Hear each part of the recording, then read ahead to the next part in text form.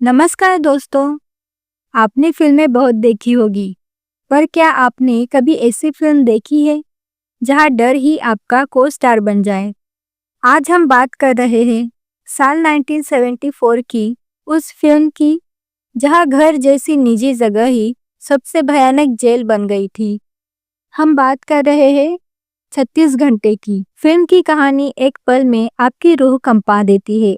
एक प्रतिष्ठित अखबार के संपादक अशोक राय, जिनके हाथ में हमेशा कलम रही, अचानक अपने ही घर में बेबस हो जाते हैं। जेल से भागे 3 खतरनाक अपराधी उनके पूरे परिवार को बंधक बना लेते हैं। अगले 1.5 दिन तक अशोक राय अपने ही घर में मालिक होते हुए भी कैदी की जिंदगी जीते हैं। इस थ्रिलर ने उस जमाने में बॉलीवुड में एक नई बहस छेड़ दी थी, क्योंकि इसकी मेकिंग से लेकर कास्टिंग तक हर चीज के पीछे मजबूरी और मनमुटाव की एक लंबी कहानी छिपी थी। सबसे पहले बात करते हैं इस फिल्म की नींव की। 36 घंटे को बी.आर. चोपड़ा साहब की कंपनी ने बनाया था, जिसकी कहानी और स्क्रिप्ट का अंदाज उनकी पिछली सफल फिल्म इत्तेफाक जैसा ही था।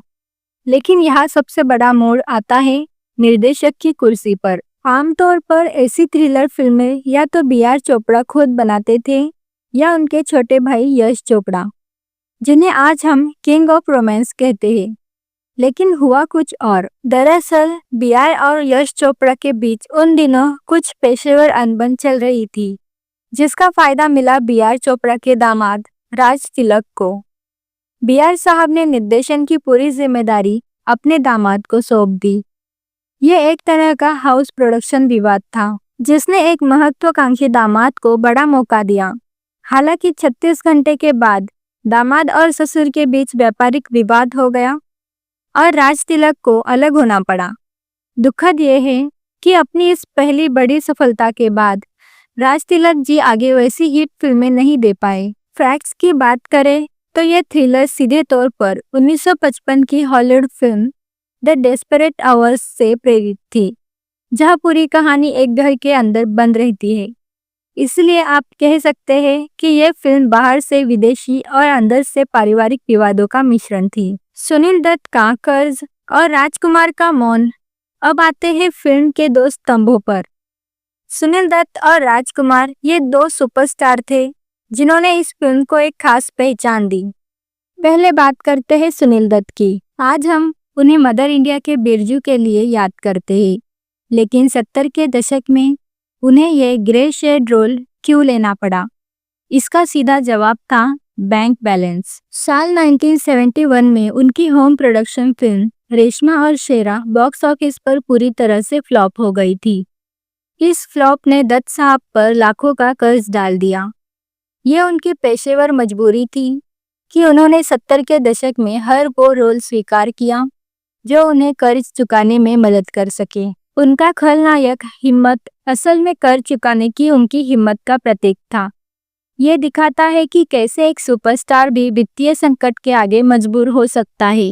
दूसरी तरफ थे राजकुमार, जानी डायलॉग से मशहूर।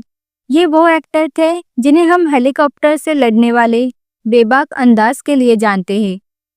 लेकिन 36 घंटे में वो सबसे शांत, सबसे दबे हुए पिता बने। असल में वो इस रोल को करना ही नहीं चाहते थे, क्योंकि पूरी फिल्म में उन्हें बस बेबस होकर देखना था, जो उनकी सुपरस्टार इमेज को सूट नहीं करता।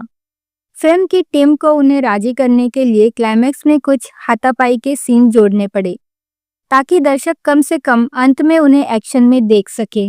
दोस्तों, अब बात करते हैं एक ऐसी कंट्रोवर्सी की जो 36 घंटे के रिलीज के आसपास ही बॉलीवुड में एक गहरा साया लेकर आई थी।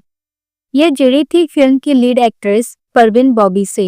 परवीन, जो उस दौर की सबसे बोल्ड और मॉडर्न एक्ट्रेस थी, 36 घंटे जैसी सफल थ्रिलर का हिस्सा बनने के बावजूद धीरे धीरे अपनी मानसिक सेहत से जूझने लगी।